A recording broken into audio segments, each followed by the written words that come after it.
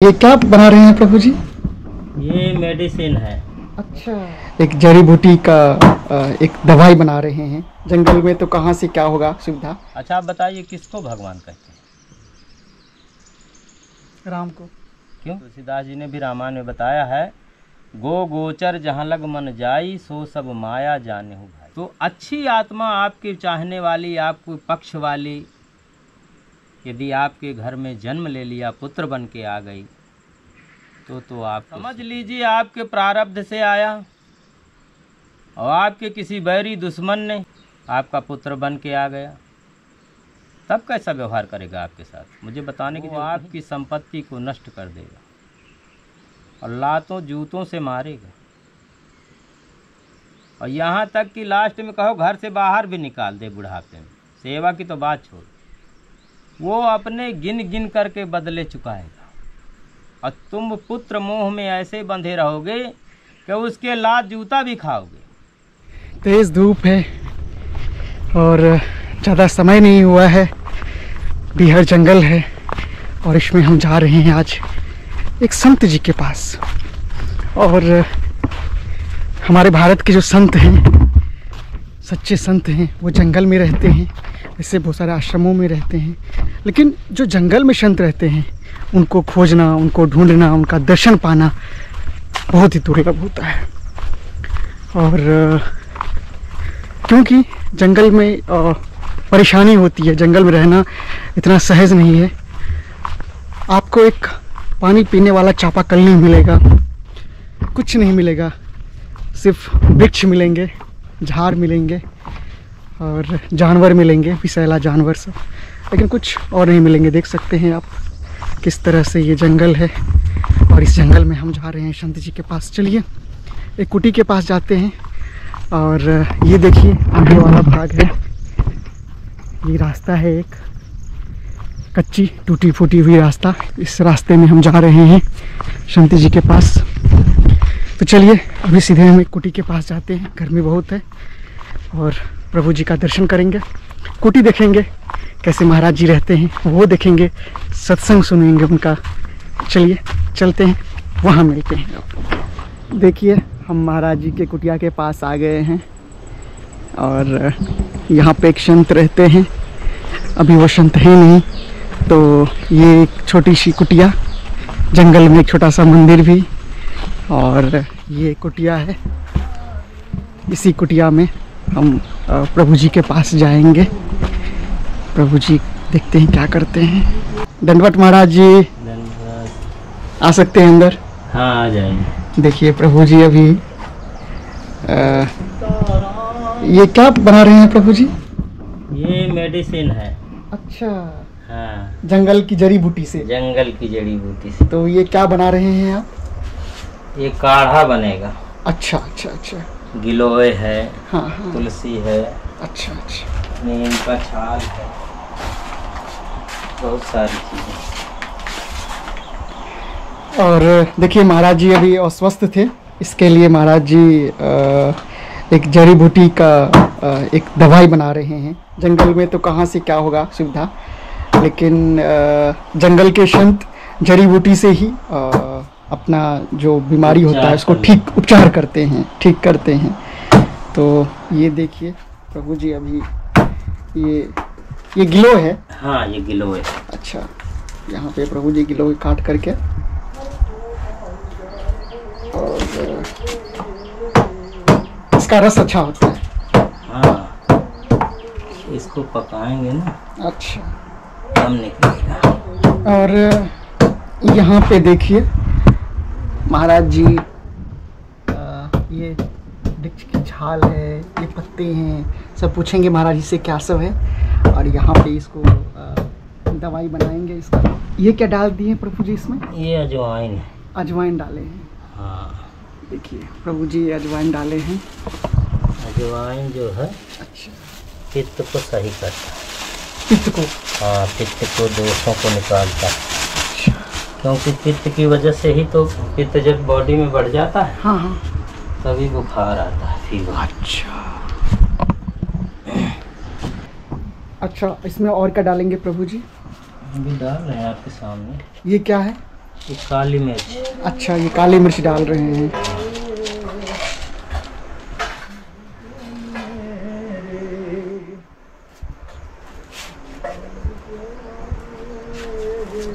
देखिए, जंगल में संत लोग ऐसे ही, यही व्यवस्था रहती नहीं है। और जैसे ही काली मिर्च को कूट रहे हैं।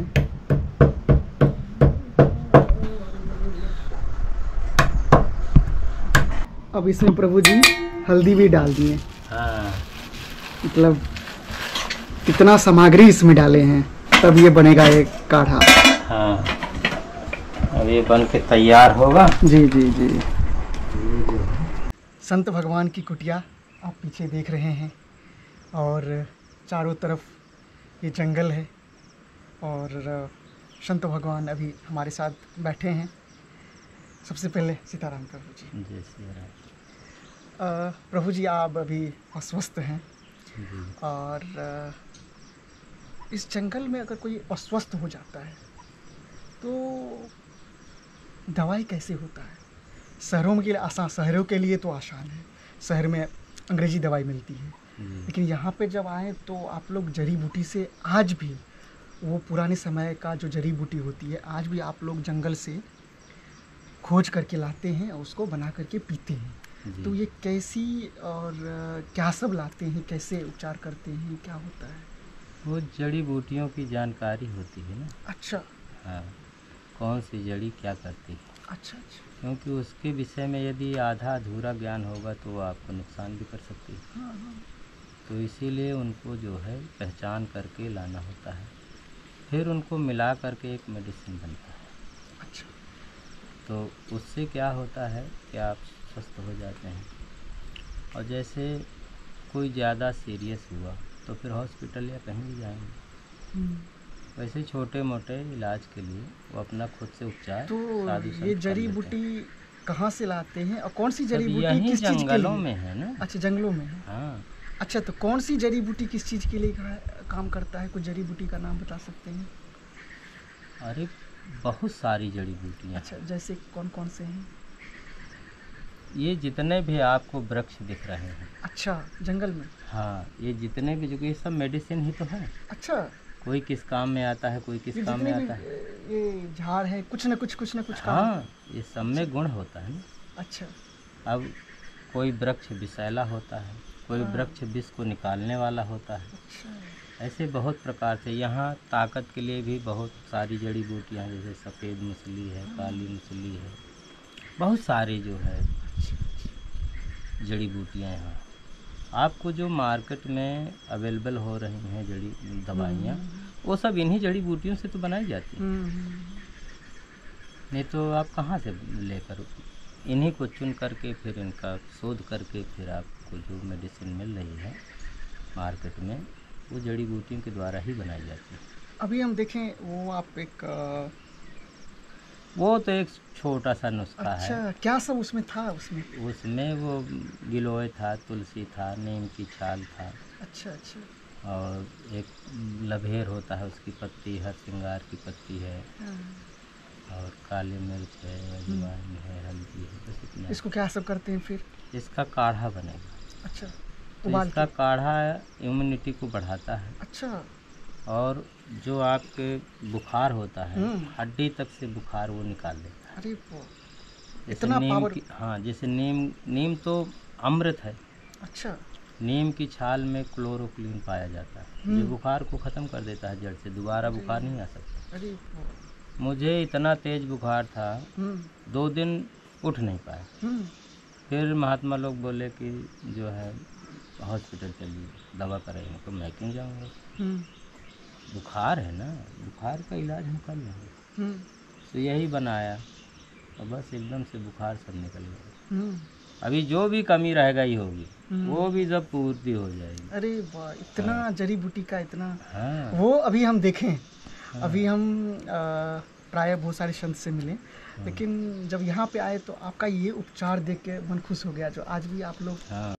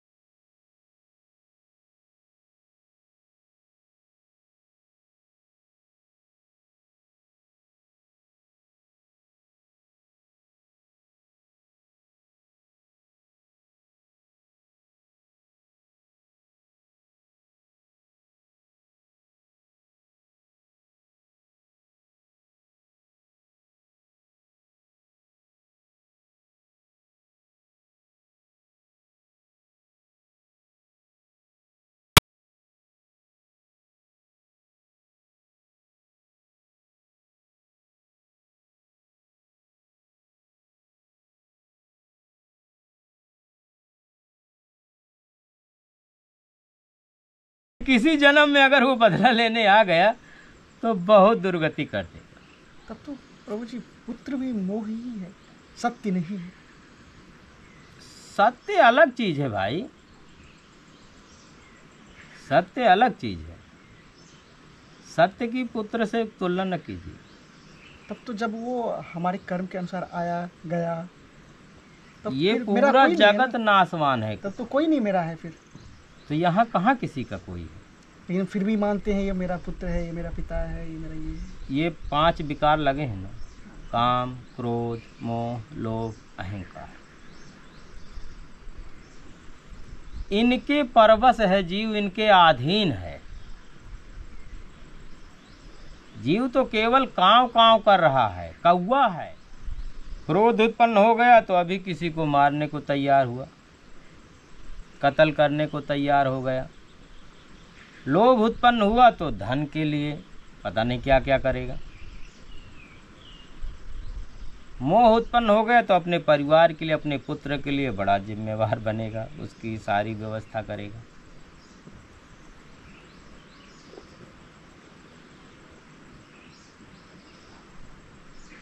अहंकार उत्पन्न हो गया तो बोलेगा अरे मुझसे बड़ा कौन है, मेरे पास किस बात की कमी है।